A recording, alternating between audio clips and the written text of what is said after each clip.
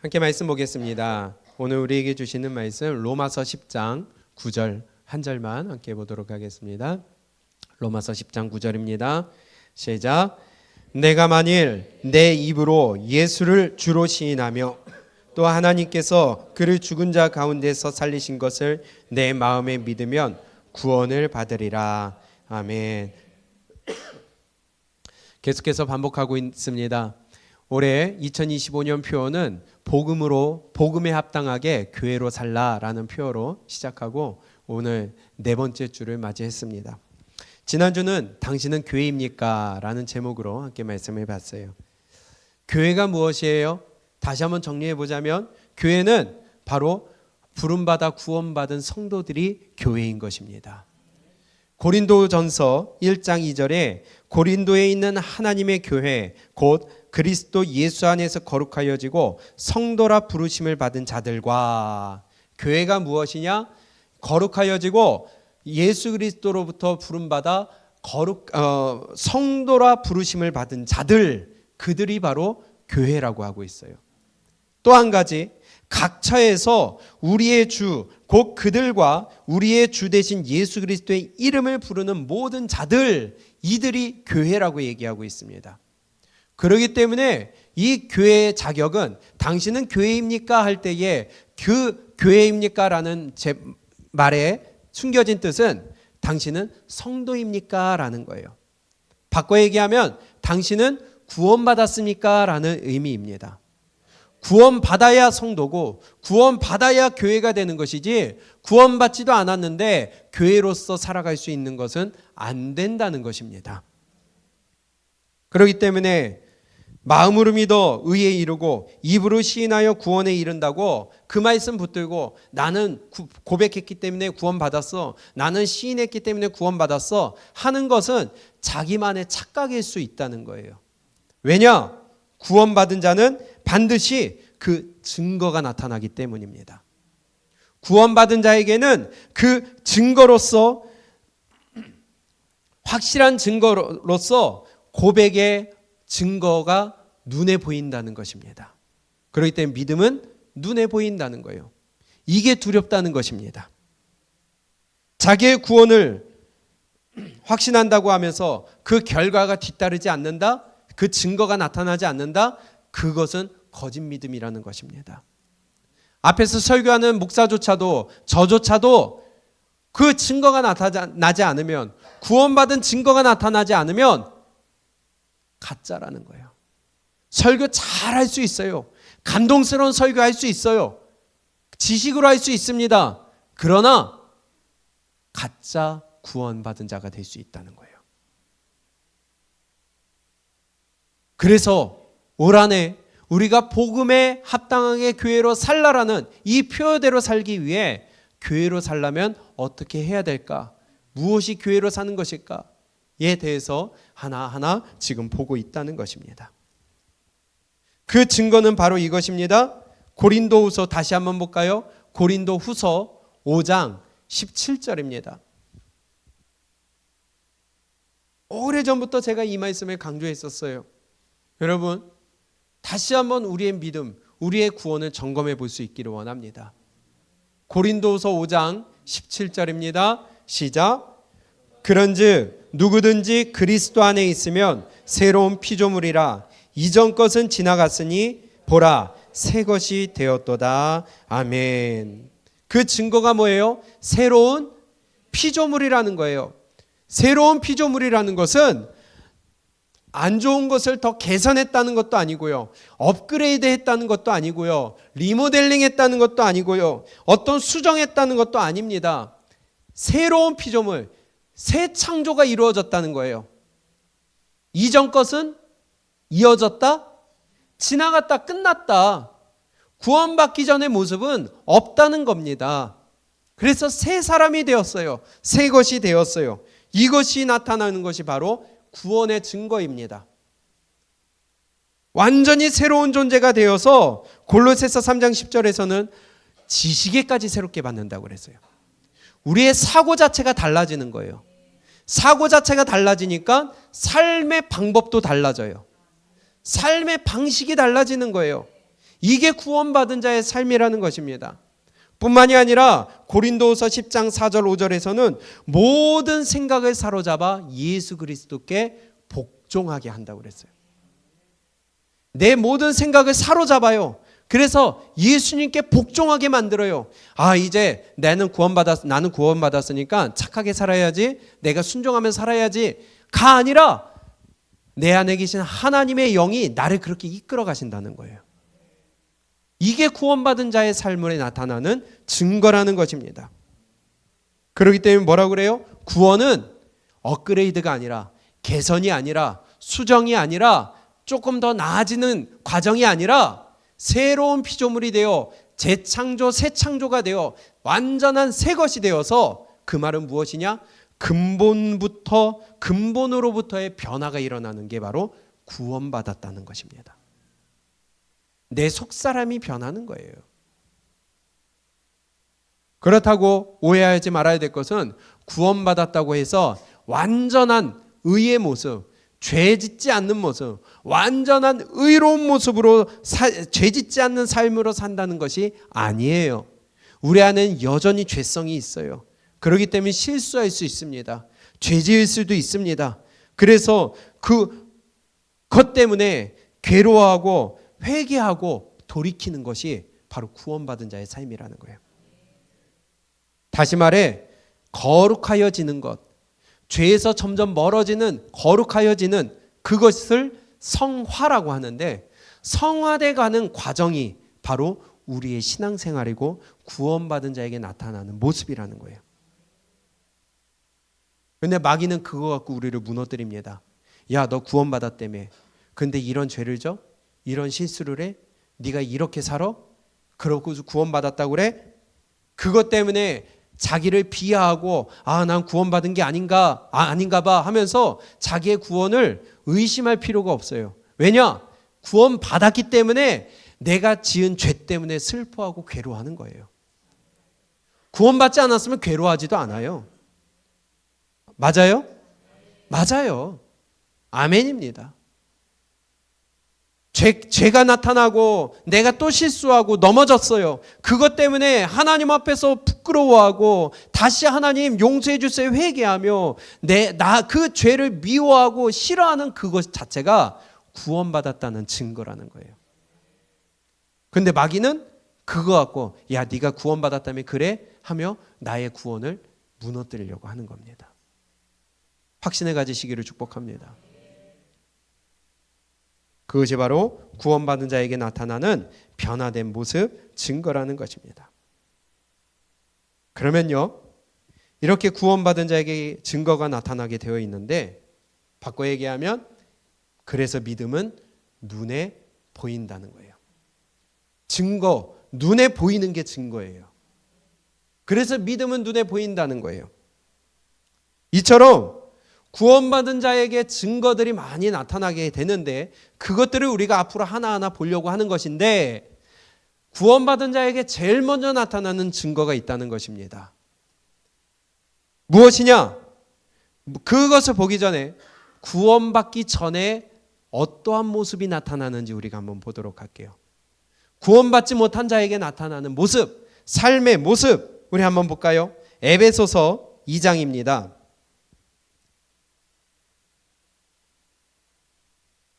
우리 바탕화면 PPT 준비해 주세요. 미리 말을 못했네요. 에베소서 2장 2절로 3절입니다. 시작. 그때에 너희는 그 가운데서 행하여 이 세상 풍조를 따르고 공중의 권세 잡은 자를 따랐으니 곧 지금 불순종의 아들들 가운데서 역사하는 영이라. 전에는 우리도 다 그 가운데서 우리 육체의 욕심을 따라 지내며 육체와 마음에 원하는 것을 하여 다른 이들과 같이 본질상 진노의 자녀이었더니. 아멘. 이게 바로 구원받기 전에 나타나는 자의, 구원받지 못한 자에게 나타나는 증거예요. 어떤 모습입니까? 공중권세 잡은 자를 따랐다고 그래요. 공중권세 잡은 자가 누구예요? 마귀예요. 구원받지 못한 자는 마귀를 따라간다는 거예요. 바꿔 얘기하면 마귀에게 지배받는다는 겁니다. 마귀가 시키는 대로 하는 거예요. 마귀에게 지배받고 마귀를 따라가는 삶이 되니까 그 증거가 어떻게 나타나요? 2절에 보니까 세상 풍조를 따라가요. 성경을 따라가지 않습니다.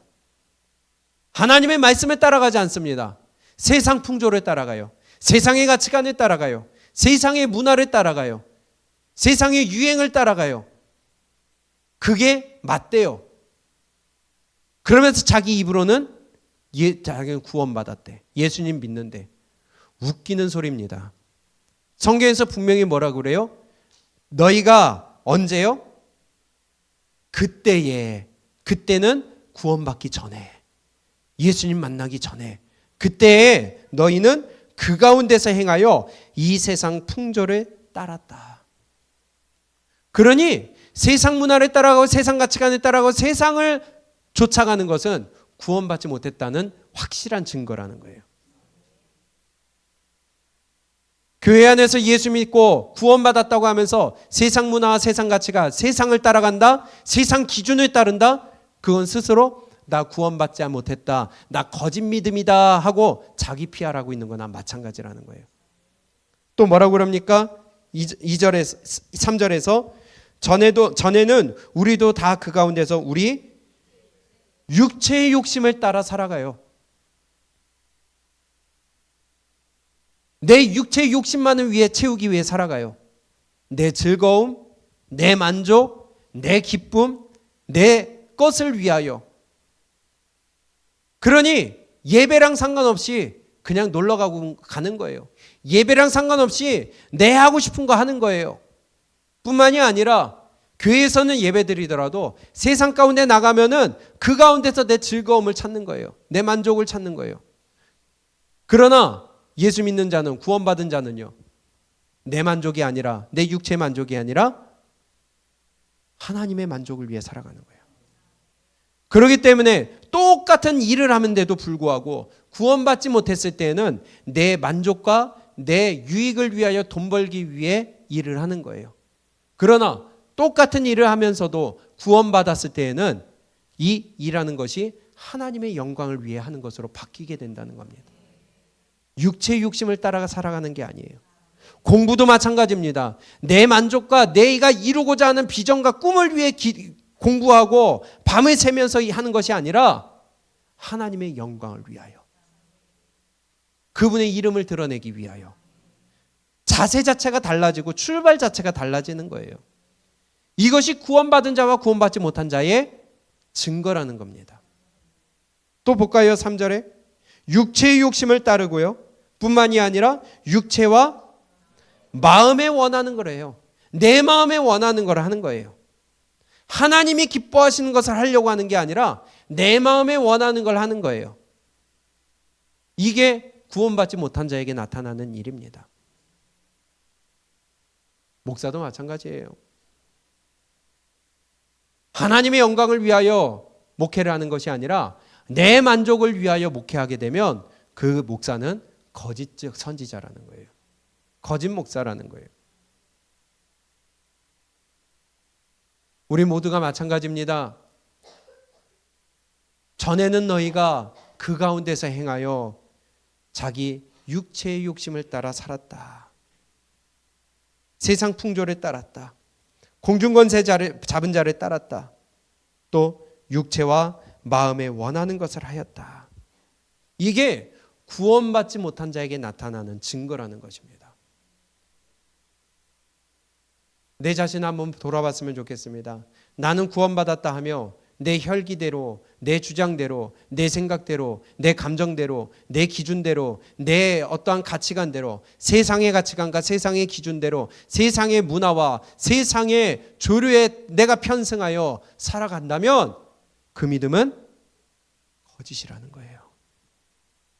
제 에베소서 2장 2절과 3절에서 우리에게 말씀하고 있잖아요. 구원받은 자는 구원받은 자의 증거가 확실하게 나타남지만 구원받지 못한 자는 구원받지 못한 자의 증거가 확실하게 나타나요. 어느 편에 있든 그 증거는 나타날 수밖에 없다는 것입니다. 증거가 뭐예요? 증거는 실체를 확실하게 드러내는 역할을 하는 겁니다. 그게 증거예요. 그러면 그 증거를 보고 실체를 확인할 수 있게 되는 겁니다. 나에게 구원받지 못한 지금 2절과 3절에 나타나는 것들이 나타난다. 그것은 내 믿음의 실체를, 아니 불신앙의 실체를 보여주는 거고요. 구원받은 자의 증거가 나타난다. 앞으로 우리가 봐야 될 내용들이 나타난다. 그것은 내가 구원받은 자라는 실체가 나타나는 증거가 된다는 것입니다.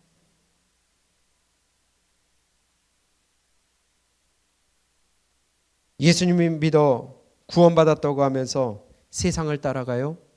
자기의 육체의 욕심을 따라 살아가요? 자기의 마음을 따라가요? 자기의 만족을 따라가요? 자기의 기준, 자기 감정, 자기의 어떠한 주장, 자기의 어떠한 가치관을 하나님의 가치관보다 앞세운다? 그것은 잘못됐다는 것입니다. 왜냐?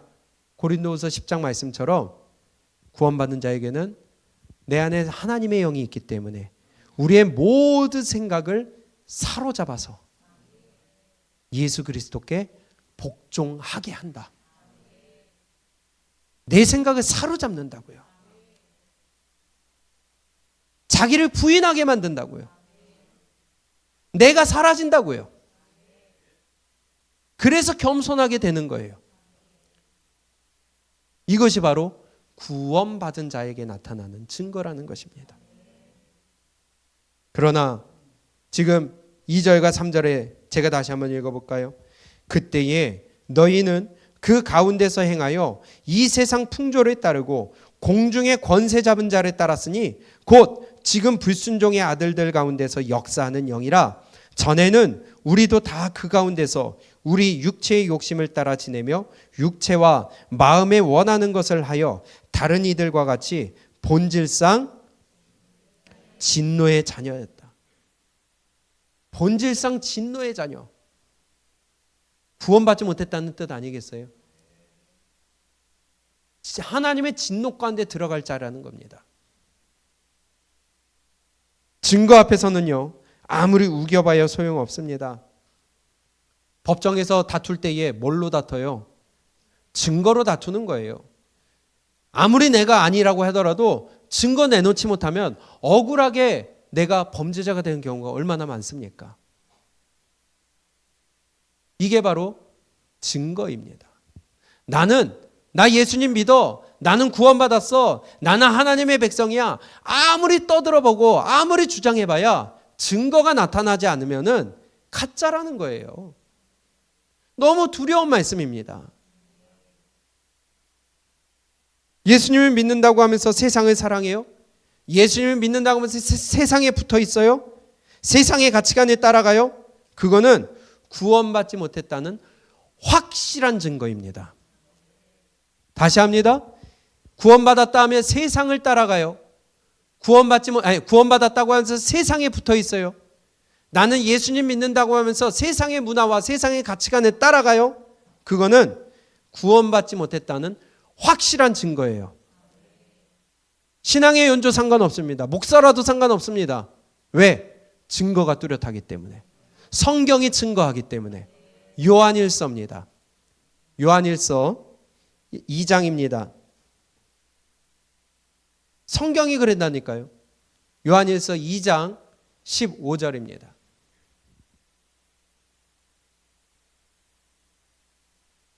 우리 크게 읽어봅니다. 시작. 이 세상이나 세상에 있는 것들을 사랑하지 말라. 누구든지 세상을 사랑하면 아버지의 사랑이 그 안에 있지 아니하니. 아멘. 그렇죠? 성경이 증거한다는 거예요. 예수님을 믿고 구원받았다 하며 세상을 사랑해요? 세상을 가까이 해요? 세상을 더 기뻐해요? 성경 1시간 보는 거는 죽으려고 하면서 드라마 1시간, 요즘 1시간도 아니죠. 1시간 20분, 1시간 반 정도 되죠. 그거 보는 거는 그 다음 편이 궁금해서 미쳐 막. 뭡니까? 우리는요, 하나님의 백성이라 하나님의 백성의 증거가 나타나야 된다는 거예요. 이 세상이나 세상에 있는 것들을 사랑하지 말라. 누구든지 세상을 사랑하면 아버지의 사랑이 그 안에 있지 아니하니. 하나님의 사랑이 없으면 어떻게 되는데요? 하나님의 사랑이 있기 때문에 우리의 생각을 사로잡아서 복종하게 만드는 거예요. 근데 그 사랑이 없으니까 복종하지 못하게 만들어요. 세상에 가깝고 세상을 더 사랑하고 세상에 붙들리고 마귀에 붙들리며 내 생각과 사상이 하나님의 말씀보다 앞선다는 거예요. 그것이 구원받지 못한 자에게 나타나는 증거라는 것입니다. 바꿔 말하면요, 좀 전에 봤던 에베소서 2장 말씀처럼 공중권세 잡은 자를 따랐다는 거예요. 즉 마귀의 지배를 받고 있다는 것입니다. 구원이라는 게 뭡니까? 마귀의 지배에서 자유케 되는 거잖아요. 죄의 권세에서 풀려나는 거잖아요.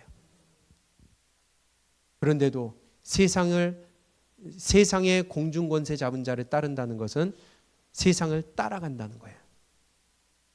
다시 한번 읽어봅니다. 요한일서 2장 15절 우리 크게 읽어봅니다. 시작.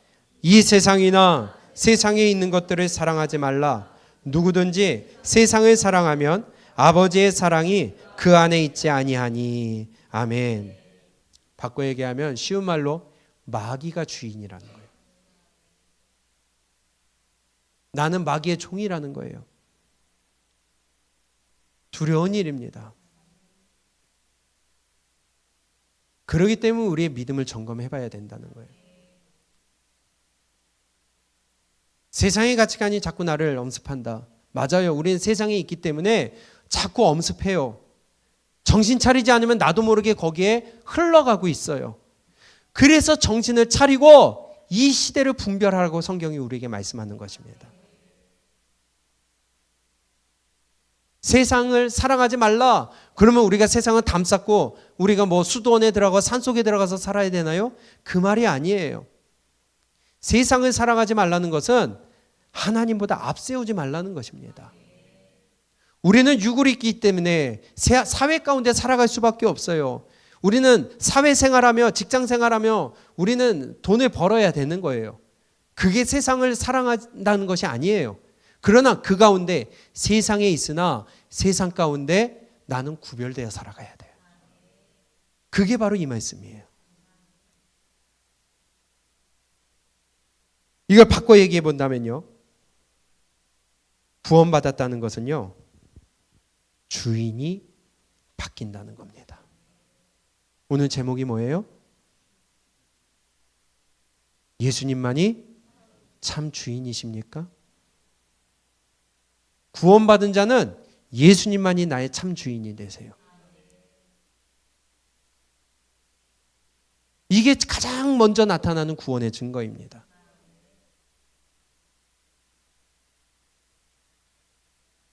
마귀가 주인이었던 자가 예수님이 주인이 되는 것이 바로 구원이라는 거거든요. 공중권세를 따랐던 자, 그 지배를 받던 자가 이제는 말씀의 지배를 받고 예수님의 지배를 받는 것이 바로 구원이거든요. 오늘 본문 말씀입니다. 로마서 10장 9절에서 이렇게 말씀합니다. 우리 크게 읽어봅니다. 시작. 내가 만일 내 입으로 예수를 주로 시인하며 또 하나님께서 그를 죽은 자 가운데서 살리신 것을 내 마음에 믿으면 구원을 받으리라. 아멘. 여기서 마찬가지로 예수를 주로 시인하며 죽은 자 가운데서 살리신 것을 내 마음에 믿으면 구원을 얻는데요. 너무 간단해 보일 수 있지만은 예수가 나의 주인으로, 예수를 나의 주인으로 고백한 자는 다른 삶을 살 수밖에 없다는 거예요. 주인이 바뀌게 되면 회사도요, CEO가 바뀌면은 경영 방침이 바뀌지 않아요? 국가도요, 원수가 바뀌고 대통령이 바뀌면 국가의 방향이 달라지는 거 아니겠어요? 하물며 이 땅의 창조주시오, 우리의 영혼은 천국과 지옥으로 가르치는 그분의 영이 내 안에 들어와 그분이 주인이 됐다면 내 삶이 바뀌어야 되는 게 당연한 거 아니겠어요? 안 바뀌었다? 뭔가 이상한 거죠. 잘못됐다는 거죠. 근데 나는 주장하고 있다는 거예요. 구원받았다고. 아니에요. 지난주에 말씀드린 것처럼 귀신 들려도 사람이 변해요. 하물며 거룩하신 성령이 내 안에 거하시는데 어떻게 안 변해요? 구원받았는데 어떻게 안 변해요? 어떻게 세상을 안 끊어요? 어떻게 옛날 습관을 안 끊어져요? 어떻게 악을 사랑할 수가 있어요? 어떻게 죄를 짓고도 내가 불편해하지 않을 수가 있어요? 아니라는 것입니다.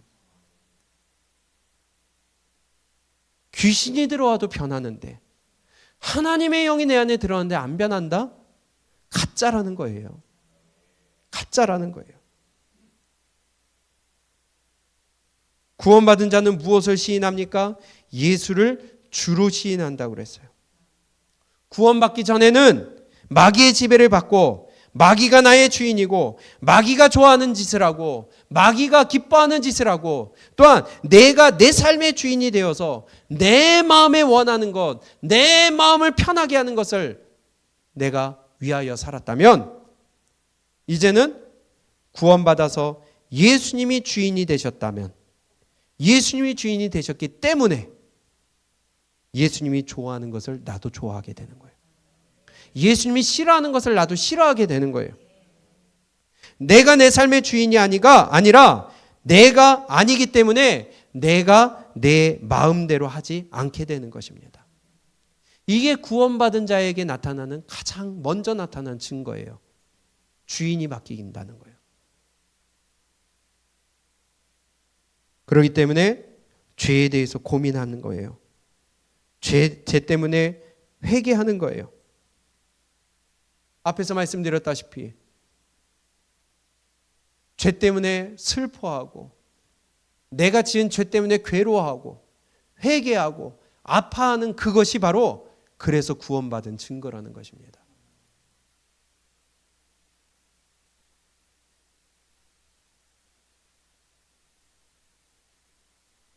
우리 정말 다시 한번 우리 하나님 앞에서 나를 점검할 수 있기를 원합니다. 입만 산 믿음이 되지 않기를 원합니다. 말은 청산유수로 하는데 삶에서는 안 나타나. 생각은 안 바뀌어. 가짜라는 겁니다. 너무 두려운 일이에요. 본질상 진노의 자녀라는 거예요. 아직. 천국보다 지옥이 더 가까운 겁니다. 나의 믿음, 나의 구원을 한번 점검해 볼 수 있기를 원합니다. 목사는 얘기할 수밖에 없어요. 평생 이거 강조할 수밖에 없습니다. 왜? 천국 가야 되니까. 예수님을 주로 고백하면서 그게 나타나지 않는 것은 가짜입니다. 그렇기 때문에 누구에게 복종하느냐에 따라 그 사람의 구원의 진실성이 확실하게 나타날 수 있어요. 예수님을 주로 고백해요. 그러므로 구원받은 사람은 주인이 예수님이기 때문에 내 모든 주도권을 예수님께 내어 맡기는 거예요. 그분께 내 삶을 내어 맡기는 거예요. 그래서 말씀에 따라 나의 삶을 살아가게 되는 겁니다. 그게 구원받은 자에게 나타나는 첫 번째 증거라는 거예요. 따라서 믿음으로 고백한 그리스도인은 주 예수 그리스도께 복종해 나가는 과정을 참된 회심의 증거라고 하는 것입니다. 100% 순종 못해요. 그러나 자꾸만 나를 바꿔나가며 순종해 나가려고 하고 내 생각을 제어하려고 하고 하나님께 맞춰 나아가려고 하는 이 성화의 모습이 나타나는 게 구원받은 자의 증거라는 거예요. 근데 여전히 시간은 지나고 연조는 차가는데 내 모습이 바뀌지 않아요? 나를 내려놓으려고 하질 않아요? 내 기준을 바꾸려고 하지 않아요? 그것은 뭐냐? 구원받지 못했다는 확실한 증거라는 겁니다. 나에게는 예수님이 참 주인이 되시는가? 진짜 주인이 되시는가? 말로만 주인이라고 하고 내가 주인 행세하고 있지 않는가?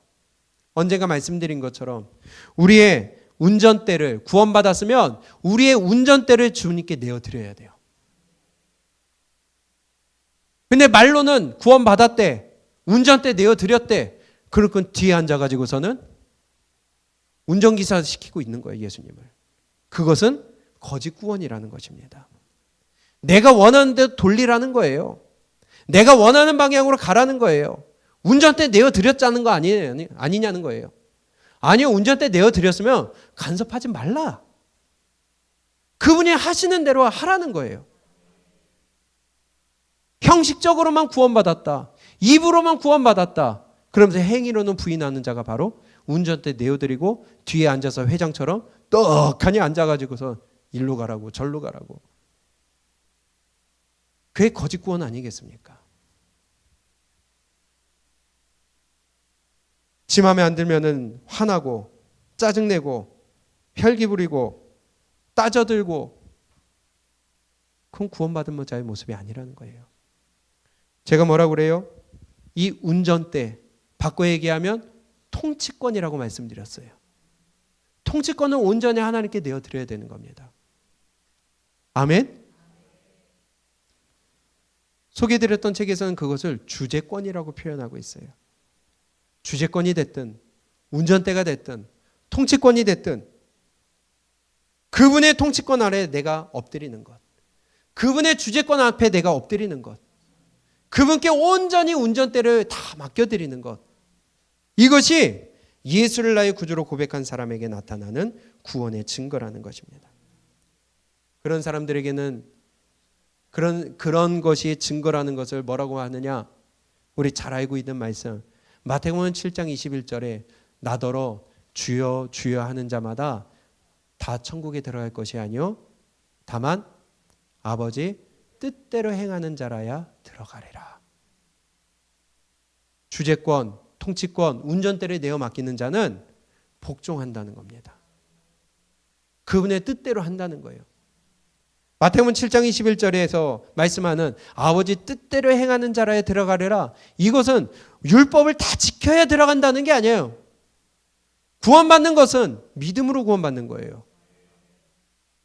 그런 사람에게 나타나는 것은 바로 복종이 나타난다는 것입니다.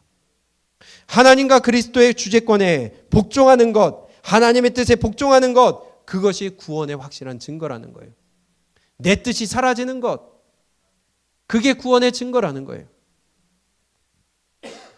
복종하는 행위가 구원받게 하는 거 아니에요. 구원은 오직 믿음으로만 받습니다. 그러나 믿음은 구원의 원인이에요. 아멘? 믿음은 구원의 원인이에요. 그러나 행위는 구원의 결과입니다. 믿음으로 구원받은 자에게 나타나는 결과는 무엇이냐? 행위로 나타나는 거예요. 그래서 그 행위가 어떻게 나타나느냐에 따라 그 사람의 믿음이 보인다는 것이고, 그 행위는 증거가 된다는 것입니다. 그래서 야고보 사도가 뭐라고 그래요? 행함 없는 믿음은 죽은 믿음이라고 하는 거예요. 그래서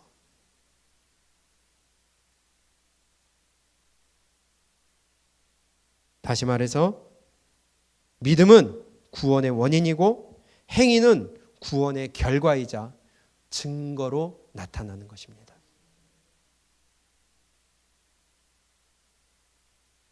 구원이라는 놀라운 선물을 받고도, 이 엄청난 선물을 받고도 삶의 방식이 안 변해요.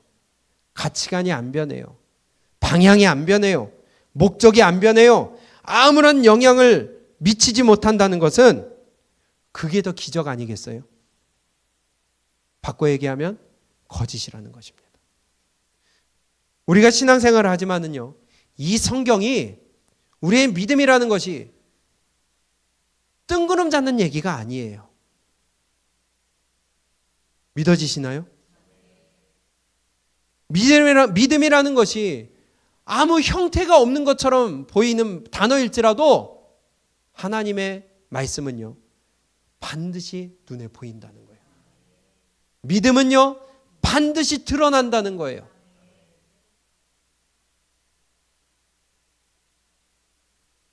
어떻게 하나님의 놀라운 그 구원의 역사가 이루어졌는데 삶에 영향이 아무것도 없어요?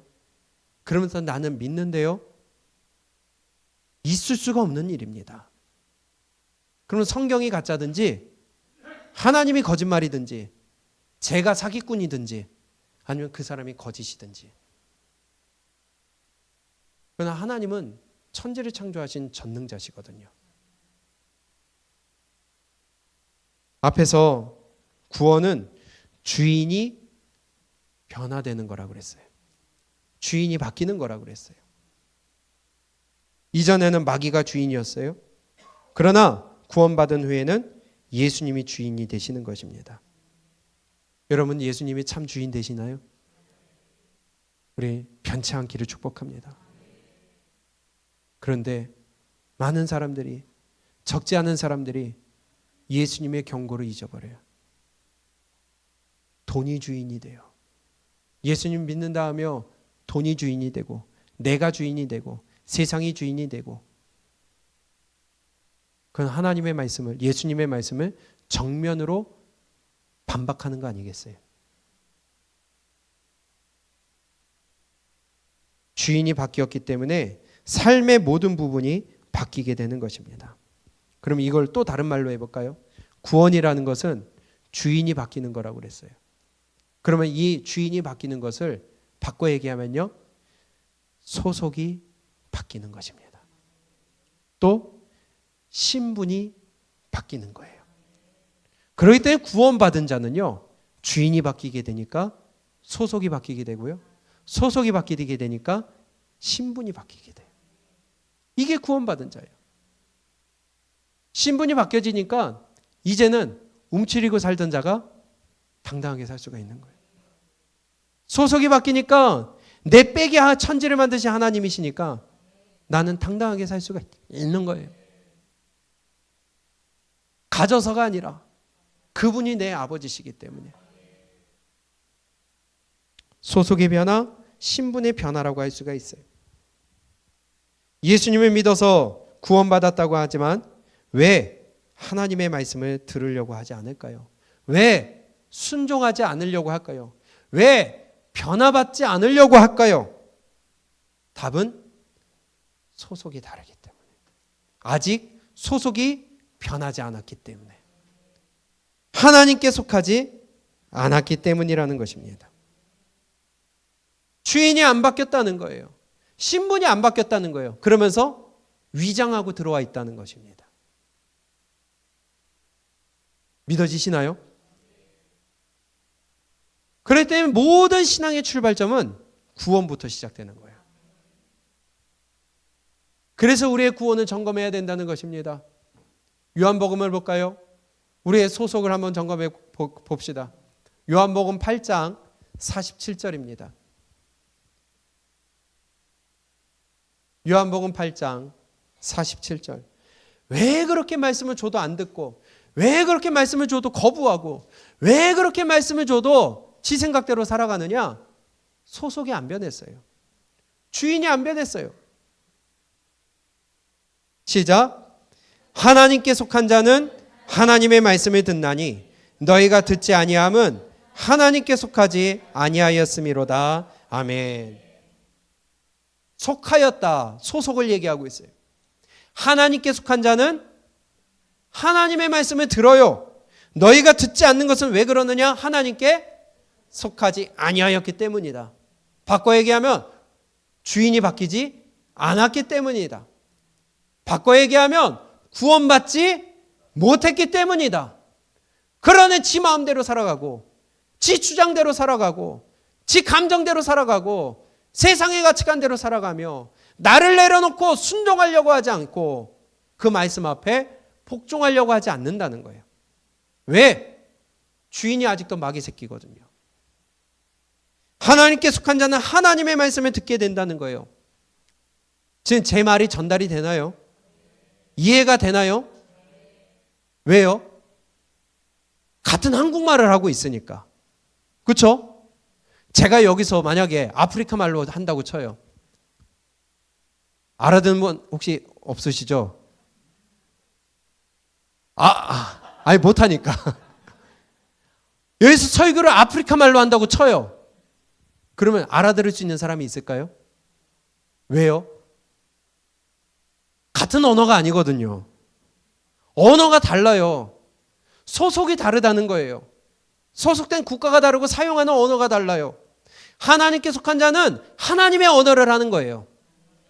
마귀에게 속한 자는 마귀의 언어를 하는 거예요. 그러니까 마귀에게 속한 자에게 하나님의 언어를 하니까 못 알아들어요. 소속이 다르다는 거예요. 주인이 다르다는 거예요. 신분이 다르다는 거예요. 지금 그걸 우리에게 말씀하는 겁니다. 우리가 외국인 사이에서 우리가 외국 여행 갔다고 쳐요. 아예 가볍게 미국 갔다고 칩시다. 많은 사람들이 영어함에도 불구하고 외국 갔는데 지하철에 딱 앉았어요. 막 웃고 떠들고 난리치고 있는데 같이 웃을 수 있을까요? 왜요? 못 알아듣거든요. 언어가 달라요. 그게 지금 47절에서 하는 말씀입니다. 하나님께 속한 자는 하나님의 말씀을 듣나니 너희가 듣지 아니함은 하나님께 속하지 아니하였음이로다. 이게 소속이 가져오는 무서운 결과입니다. 이 자리에 앉아서 말씀을 듣는다고 하지만 소속이 다르면요, 주인이 다르면요, 변화를 가져올 수가 없어요. 너무 두려운 말씀이에요. 43절도 마찬가지입니다. 우리 크게 읽습니다. 시작. 어찌하여 내 말을 깨닫지 못하느냐? 이는 내 말을 들을 줄 알지 못함이로다. 아멘. 소속이 다르니까 들으려고 하지도 않고 알아들을 수도 없어요. 옆에서 웃고 떠들고 다른 사람들 아멘 해도 난 싫어요. 화나요. 잠이나 와요. 그러면서 막 화가 나요, 속에서. 왜 저딴 얘기를 하지? 이해가 안 되는 거예요. 왜? 주인이 다르고 소속이 다르고 신분이 다르거든요. 듣고자 해도 들을 수가 없어요. 왜? 언어가 다르거든요. 어찌하여 내 말을 깨닫지 못하느냐? 이는 내 말을 들을 줄 알지 못함이로다. 이렇게 소속이 바뀌지 않은 자들, 주인이 바뀌지 않은 자들, 그러한 자들이 교회 안에서 직분을 받아요. 그러한 자들이 결국은 어떻게 됩니까? 무슨 역할을 해요? 간첩 역할을 한다는 거예요. 간첩이 뭐예요? 유인암살, 시설 파괴, 선전선동. 경험 있으세요? 사회를 혼란시켜요. 교회 안에서 변화받지 않고 구원받지 못한 상태에서 직분을 받아요. 그러면서 연조가 쌓여요. 그러니 교회 안에서 책임이 높아지고 입김이 세져요. 그러니 이제부터는 하나님 바라보는 게 아니라 간첩 역할하는 거예요. 유인 암살해요. 목사 죽이려고 합니다. 선전선동해서 사회를 혼란시켜요. 교회를 시끄럽게 만들어요. 그리고 결국은 시설 파괴합니다. 교회를 깨지게 만들어요. 정확합니다.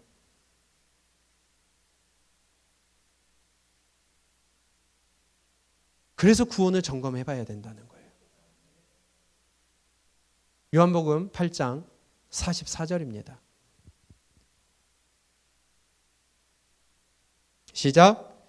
너희는 너희 아비 마귀에게서 났으니 너희 아비의 욕심대로 너희도 행하고자 하느니라. 그는 처음부터 살인한 자요 진리가 그 속에 없으므로 진리에 서지 못하고 거짓을 말할 때마다 제 것으로 말하나니 이는 그가 거짓말쟁이요 거짓의 아비가 되었음이라. 아멘. 이해가 되세요? 너희는 너희 아비 누구에게서 났다고요? 그럼 소속이 어디라는 거예요? 마귀 소속이라는 거예요. 난 마귀 새끼라는 거예요. 그러면서 너희 아비의 뭐대로요? 아비의 욕심대로 너희도 행하고자 하는. 소속이 거기니까 그 짓을 할 수밖에 없는 거예요. 마귀가 좋아하는 짓을 하는 거예요. 아비의 욕심이 뭐예요? 세상의 가치관, 세상의 문화, 주인의 가치관이 바로 그거예요. 그러니 내 주인의 가치관대로 살아가는 겁니다. 예수님이 주인이면 예수님의 가치관대로 살아가요. 마귀가 주인이면 마귀의 가치관대로 살아가요. 이게 구원받고 구원받지 못한 자의 모습이라는 겁니다.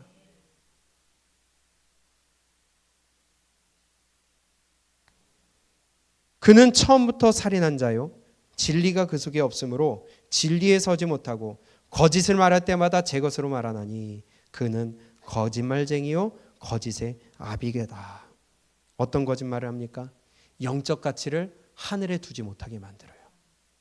이 땅이 육적인 거에 관심을 두게 만들어요. 땅을 바라보게 해요.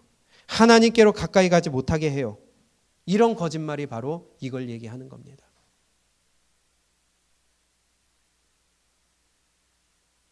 믿음의 시작은 구원에서부터 시작되는 겁니다. 주인이 바뀌고 소속이 바뀌고 신분이 바뀌어야 그때서부터 믿음 생활이, 교회로서 살아가는 생활이 시작이 될 수 있는 것입니다. 그 전에 신앙생활하는 것은 하는 척이고요. 나 스스로를 속이는 것이고요. 결국은 거짓의 아비가 되어 사탄 짓을, 교회 안에서 간첩 짓을 하는 것입니다. 요한일서를 볼까요? 요한일서 4장입니다. 5절과 6절이에요. 동일하게 말씀한다는 거예요.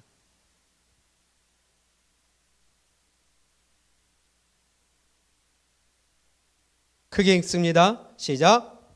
그들은 세상에 속한 고로 세상에 속한 말을 하며 세상이 그들의 말을 듣느니라. 우리는 하나님께 속하였으니 하나님을 아는 자의 우리의 말을 듣고 하나님께 속하지 아니한 자는 우리의 말을 듣지 아니하니 진리의 영과 미혹의 영을 이로써 아느니라. 아멘. 정말 두려운 말씀입니다. 아까 요한복음 8장에서는 하나님께 속한 자는 하나님의 말씀을 듣는다고 그랬어요. 저희 똑같은 요한 사도가 이렇게 말씀해요. 그들은 세상에 속한 거로 세상에 속한 말을 하며 세상이 그들의 말을 듣느니라. 여러분들은 믿음의 말을 할 때에, 믿음의 대화, 신앙의 대화를 할 때에 더 기쁩니까? 세상에서 비트코인, 주식, 세상의 문화, 세상의 어떤 흐름을 얘기할 때 더 기쁘고 엔돌핀이 도나요?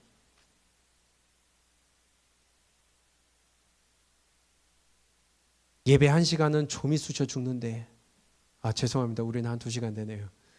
예배 2시간은 좀이 쑤셔 죽는데, 영화관에서 3시간, 4시간짜리는 금방 가는데, 우리 다시 한번 점검해보고 돌이켜봐야 되지 않을까요? 예수님이 여러분의 참 주인 되십니까? 예수님만이 나의 참 주인 되시나요? 그들은 세상에 속한 거로 세상에 속한 말을 하며 세상이 그들의 말을 듣느니라. 우리는 하나님께 속하였으니 하나님을 아는 자는 우리의 말을 듣고 하나님께 속하지 아니한 자는 우리의 말을 듣지 아니하나니 진리의 영과 미혹의 영을 이로써 아느니라. 제 말이 아니라 성경에서 지금 계속해서 우리에게 증거하고 있는 것입니다. 참된 그리스도인은 인생을 살아가는 동안에 그리스도께, 그리스도의 주재권 또는 통치권, 그 앞에 복종하는 것으로 확실한 증거를 나타냅니다. 그게 바로 열매 맺는다는 거예요. 착각하면 안 됩니다. 열매 맺는다는 것이 무엇인가 선한 것을 드러내고 무엇인가 내가 잘하는 것을 드러내는, 축복받은 것을 드러내는 것이 열매가 아니라 구원받은 자로서 그 통치권 앞에, 주재권 앞에 내가 엎드려 순종하고 굴복하는 것이 열매 맺는 거예요. 그게 없으면 가짜라는 겁니다. 왜 그러느냐? 제가 읽습니다. 빌립보서 2장 13절이 이렇게 말씀해요. 너희 안에서 행하시는 이는 하나님이시니 자기의 기쁘신 뜻을 위하여 너희에게 소원을 두고 행하게 하시니하니. 너희 안에서 행하시는 이는 하나님이시니. 내가 하는 게 아니라는 거예요. 자꾸 강조드리지만 내 안에 계신 예수 그리스도가 나를 자기의 기쁘신 뜻대로 이끌어 가신다는 겁니다. 이게 구원받은 자의 증거라는 거예요. 내가 하는 것은 내 의예요.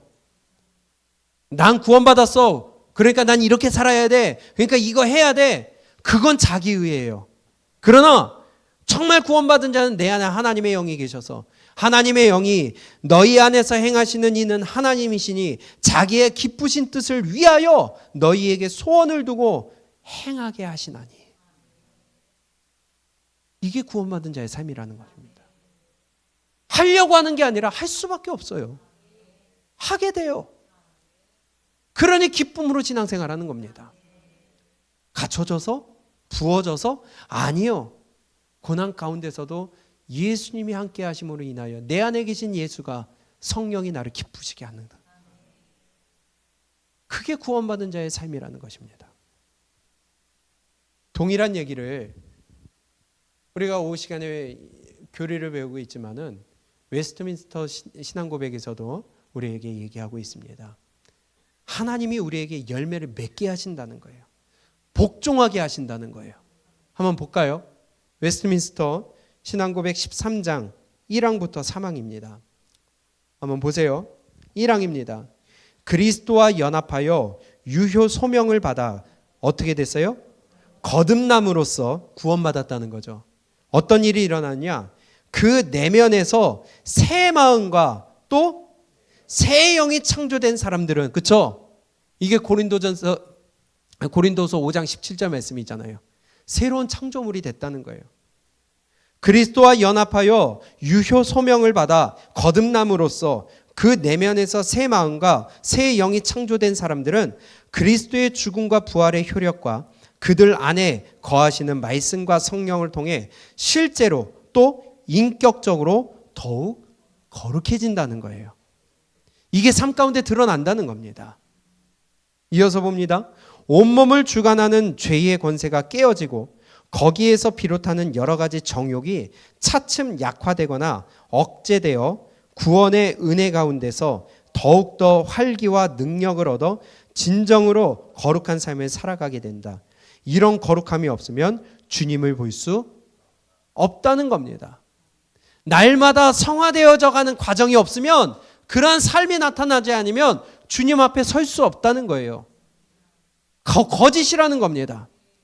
지난 시간에 뭘 봤어요? 지속적이고 큰 변화가 있어야 된다는 거예요. 근데 조금 하다 말아. 하다 넘어지고 안 가. 그거 거짓이라는 증거라는 거예요. 2항을 볼까요? 성화는 전인의 영향을 미친다는 거예요. 우리의 모든 삶에 영향을 미친다는 거예요. 성화는 전인의 영향을 미치지만 이 세상에서는 불완전하다. 모든 부분에 부패함의 잔재가 남아있어 결코 화해될 수 없는 싸움이 계속된다. 육신의 소욕은 성령을 거스르고 성령은 육체를 거스르신다. 아까 말씀드렸던 대로 우리가 구원받았다고 해서 완전한 선의 삶으로 살아가는 게 아니라는 거예요. 실수할 수 있고 죄를 지을 수 있다는 거예요. 그러나 성화의 과정을 통해 그 싸움을 싸워 나간다는 겁니다. 세 번째, 중요합니다.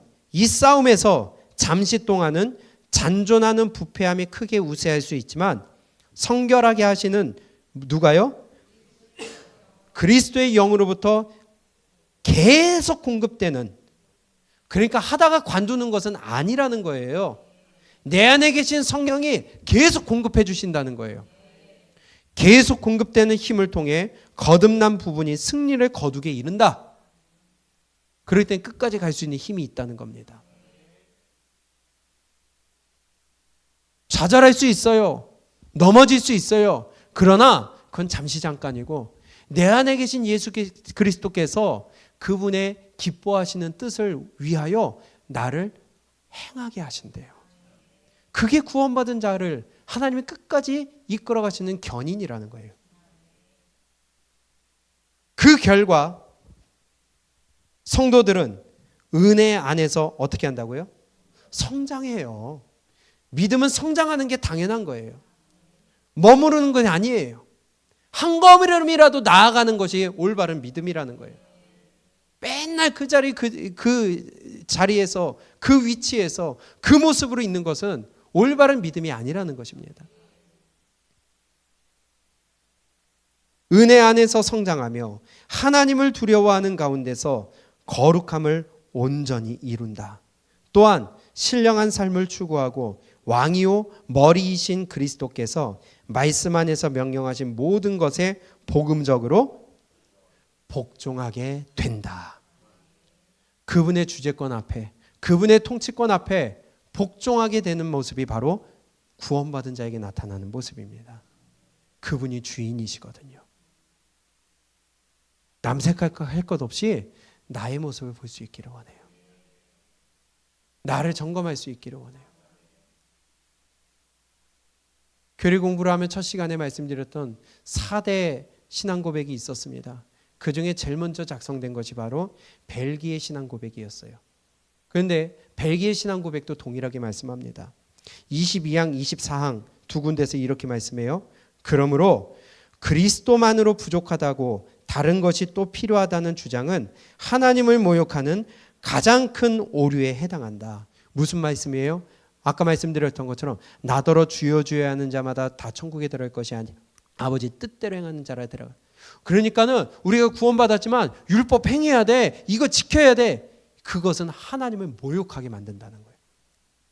그러므로 그리스도만으로 부족하고 다른 것이 또 필요하다고 주장은 하나님을 모욕하는 가장 큰 오류에 해당한다. 만일 그렇다면 예수 그리스도께서는 반쪽짜리 구원자가 되실 수밖에 없다. 따라서 우리는 바울처럼 우리가 율법의 행위가 아닌 오직 믿음으로 의롭다 하심을 받는다고 선언하는 바이다. 믿음으로 구원받습니다. 우리가 뭔가 행해서 구원받는 거 아니에요. 그러나 그 행함은 믿음의 결과요 증거라는 거예요. 우리는 하나님의 말씀을 듣는 것과 성령의 사역을 통해 생겨난 이 참 신앙이 그리스도인을 무엇으로요? 새로운 피조물로 거듭나게 만들어 새 생명을 살게 하고 그리스도인을 죄에 속박된 상태에서 자유롭게 한다고 믿는다. 그렇죠? 그러니까 구원받은 자는요, 새로운 피조물이 된다는 거예요. 근본으로부터 새롭게 되는 거예요. 그게 진짜 구원받은 자의 모습입니다. 그러므로 이 거룩한 신앙은 인간 안에서 열매를 맺지 않을 수 없다. 순종할 수밖에 없다는 거예요. 우리가 말하는 믿음은 공허한 믿음이 아니라 성경이 사랑으로서 역사하는 믿음으로 일컫는 믿음, 곧 하나님이 말씀 안에서 명령하신 행위를 스스로 실천하도록 이끄는 믿음을 가리킨다. 그러니까 믿음은요, 실천하는 행위를 갖고 온다는 거예요. 교회 안에서만 갇힌 믿음 안 된다는 겁니다. 세상을 구원하는 믿음이 돼야 된다는 거예요. 그게 진짜 믿음이라고, 그것이 진짜 구원받은 모습이라고 성경이 우리에게 가르치고 있는 거예요.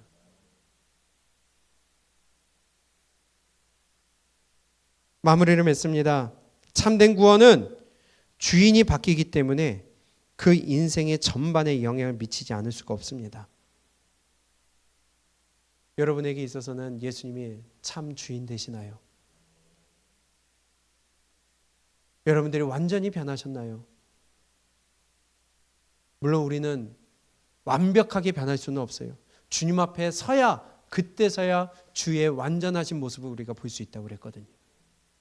그러나 교회로 살아가려면 먼저 구원받은 성도가 되어야 되고, 그 구원받은 성도는 어떤 자냐? 주인이 바뀐 자라는 거예요. 소속이 바뀐 자라는 거예요. 신분이 바뀌었다는 거예요. 그래서 그에 걸맞는 삶의 변화가 일어나는 것이 마땅한 반응이에요. 그런 반응 없이 예수 믿는다, 구원받았다 착각하지 말라는 것입니다. 자기 혼자만의 주장하지 말라는 것입니다. 신앙의 연조가 문제가 아니에요. 직분이 문제가 아니에요. 구원 받았느냐 안 받았느냐, 그게 더 큰 문제입니다. 예수님이 주인 되시기 때문에 그분의 말씀에 순종할 수밖에 없고, 기꺼이 기쁨으로 그분의 명령을 따르도록 이끌어 가시는 것이 바로 구원이라는 놀라운 선물의 역할입니다. 내 삶의 주인은 예수님이신가요? 아니면 마귀입니까? 또는 나 자신입니까? 신앙생활을 하며 나의 유익을 찾습니까? 하나님의 유익을 위하여 나를 희생합니까? 너무나도 중요한 기준이 된다는 것입니다. 복음에 합당하게 교회로 살기 위해서는 주님을 주인으로 바르게 모실 수 있어야 되겠습니다. 그것이 바로 구원받은 자에게 나타나는 첫 번째 증거예요. 주인이 바뀌는 거, 소속이 바뀌는 거, 신분이 바뀌는 거. 그렇기 때문에 그에 걸맞는 삶의 모습이 나타나는 것. 우리 다시 한번 나의 믿음을 점검하고 구원을 점검하며 그분 앞에서 불법을 행한 자들아 내게서 떠나가라 하는, 나는 널 도무지 모르겠다 하는 이 안타까운 소리가 내 귀에 들리지 않기를 바랍니다. 그런데 그 사람은 어떤 일을 했습니까? 주의 이름으로 선지자 노릇했어요. 주의 이름으로 귀신을 쫓아냈어요. 주의 이름으로 많은 권능을 행했대요. 교회 생활을 했다는 겁니다. 신앙생활을 했다는 겁니다. 능력이 나타났다는 겁니다. 그게 열매가 아니에요. 열매는 아버지 뜻대로 행하는 자, 복종하는 자, 그것이 바로 열매요. 그것이 바로 구원받는 자에게 나타나는 증거라는 것입니다. 그래서 저는 여러분들을 불편하게 만들 수밖에 없어요. 저는 여러분들을 귀찮게 만들 수밖에 없어요. 그래서 저는 여러분들한테 욕먹을 각오를 하고 선포할 수밖에 없습니다. 버텨내세요. 저는 밀어버릴 겁니다. 밀어버릴 거예요.